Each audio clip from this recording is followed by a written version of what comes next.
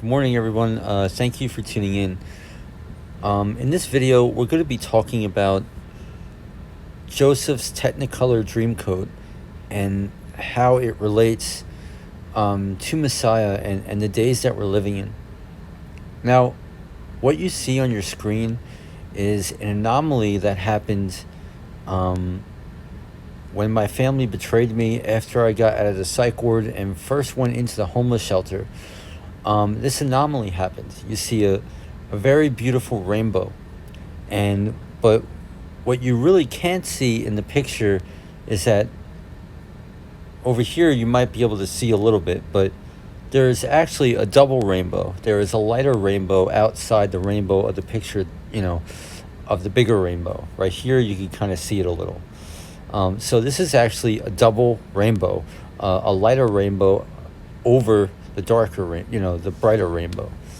And this is actually the theme of what we're going to be discussing in this video. Now, the theme of what we're talking about in this video can be most seen clearly in the Wisdom of Solomon, chapter 5. So let's take a look. Then shall the righteous man stand in great boldness before the face of such that have afflicted him, and made no account of his labors. When they see it, they shall be troubled with fear, and shall be amazed at the strangeness of his salvation, so far beyond all they look for. And they, repenting and groaning for anguish of spirit, shall say to themselves, This was he who we had sometimes in derision, and a proverb of reproach. We fools accounted his life madness, and his end to be without honor. How is he numbered among the children of God, and his lot is among the saints? Therefore have we erred from the way of truth, and the light of righteousness had not shined onto us, and the sun of righteousness not rose upon us. So this is really the theme of what we're looking at in this video, that his salvation is so far beyond all that they have looked for. Now, what we just read in the Wisdom of Solomon, chapter 5, is absolute doctrine and secret prophecy. I don't know where Jim Morrison got the inspiration for Riders on the Storm, but clearly what you see on your screen is on the vinyl, the original release of the vinyl, we have the caterpillar on a leaf, and we discussed that. And eventually that will be Messiah, who will blossom into Joseph's Technicolor Dreamcoat. The scriptures are all right here on your screen. So let's talk about Joseph's Technicolor Dreamcoat. So Joseph's coat of many colors should be reminding us of Noah's rainbow. So let's talk about the rainbow. The rainbow is a bow, which is a sign of war. The rainbow also is refracting light. So this is in reference to our glorified light bodies, what we will get as our spiritual reward in our redemption, but it also represents other realms on the flat earth model. Now, as we discussed earlier in the video, this anomaly portrayed, there's actually two rainbows in this picture, or a lighter rainbow above the brighter rainbow. And this is exactly, I believe, is what's going to happen to Messiah, and what the scriptures proclaim. Pretty much, this earth is so corrupted, nobody is willing to yield to the will of God, that pretty much Messiah will have to be his own CEO, will have to be the highest. And that's what I think that light rainbow represents. We actually see this in the Targum Translation of Zechariah 3. So this is really amazing. Now, Zechariah chapter 3 portrays the oath Messiah has to make when he receives his redemption, when he receives his reward. And so here we are in the Targum Translation. Please give me a moment. So here we are, the end of the second line on your screen. I apologize, I'm not able to highlight it. The angel says to Joshua, And if you keep the charge of my murmur, which is the voice of the Lord, then you shall judge those that serve in my sanctuary, and you shall have charge of my courts, And here in italics is something that is not in our Bibles. And at the resurrection of the dead, I will raise you to life and give you feet to walk among these seraphim. So I think our regular Bibles say, I'll give you places to walk amongst those who stand by. We don't even know what that means. So the Targum clears that up. I will give you feet to walk among these seraphim. Seraphim, as we learn, at least according to these notes, are the angels that judge. They're angels of God. So we can literally see the meaning of that upper rainbow, the lighter rainbow, why this would be exclamated on the riders of the storm, because it's never happened before. It's never happened. Humanity has never seen this. When he gets redeemed, he'll be somebody that has never walked the earth. He'll even have charge to walk amongst angels, seraphim. So that's really interesting.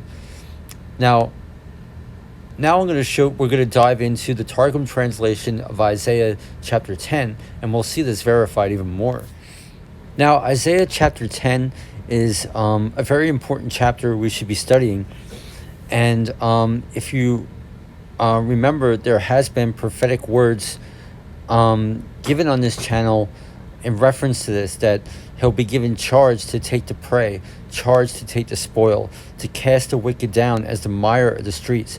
Now, we see this picture in Isaiah chapter 10, but the Targum translation actually reveals a lot more than what's in our Bibles.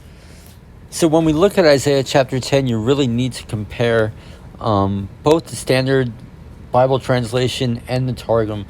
But the first half, let's just stay in the standard KJV. Woe unto them that decree unrighteous decrees and that write grievances which they have prescribed, to turn aside the needy from judgment, and to take away the right from the poor in my people, that widows may be their prey, and that they may rob the fatherless. And what will you do in the day of visitation, and in the desolation which shall come from afar? To whom will you flee for help, and where will you leave your glory? Without me they shall bow down under the prisoners, and they shall fall under the slain. For all this his anger is not turned away, but his hand is stretched out still. Okay, so let's look at the Targum translation. So here we are in Isaiah chapter 10 in the Targum translation. I'll leave this stuff in the description box below. You can read it on your own. I'll try to make this as fast as I can. What is interesting is that what we read in our Bibles, we see this very commonly, and still his hand is stretched out still. The Lord's arm is stretched out still. His anger keeps going. But the Targum translation reveals why, because the people are continually rebellious. So I actually recently read this same thing in Isaiah, in Wisdom of Solomon chapter 11, that God embarrasses those who he wishes to reprove or rebuke before they are worthy of a rebuke from God. So the Wisdom of Solomon confirms this kind of stuff as well, chapter 11. As you see on your screen, for all this they do not turn away from their sins, that his anger might turn away from them. But still they hold fast to their rebellion, and yet his stroke will be to take vengeance on them. So here we have a better understanding of, and his arm is stretched out still, that we read so commonly in the scriptures. Again, we could see this in the Wisdom of Solomon chapter 11, I believe. So let's continue reading, and we'll see the prophetic word that was given on this channel. Again, this is the Targum translation. Woe to the Assyrian, the government of my fury. An angel is sent from me against them for a curse. I will send him against a hypocritical assembly, and against the people that have transgressed my law will I give him a charge to take the spoil, to take the prey, and to place him for a treading underfoot like the mire of the streets. This is the prophetic word that was given on this channel, and it's amazing how the Targum translation describes him as an angel. So clearly we can make all these connections. So to close, I want to talk more about Joseph's coat of many colors. Here we are in the archive, second Sefer Moses. These what you see on your screen, these texts contain a lot of stuff that has been edited out of our Bibles. And the accounts of Joseph's multicolored coat, I think it could be found in Second Sefer Moses, go into great detail about this coat, that it contains secrets that nobody knows. And this completely confirms what we've been covering on this video. So, I think you could simply just do a word search and look for this stuff yourself. Now, here's a verse we can find in the text. Therefore it shall be that its secret shall be shared with your seed, and a remnant shall remember. Astounding, absolutely astounding. This runs parallel to the prophecies that we see that Messiah will bring his seed, or will bring the faithful to the upper realms of the earth. We find this in Mormon Apocrypha and all that kind of stuff. So all this stuff is real. It's interesting. Unfortunately, it's interesting how this verse tells us the remnant of the wicked that will be saved will probably not have this honor. It is something to be studied, but really amazing how we could piece all this together, how it is seemingly all coming to fruition, and this is what we should expect in our near future. Okay, guys, thank you for tuning in. Have a good day.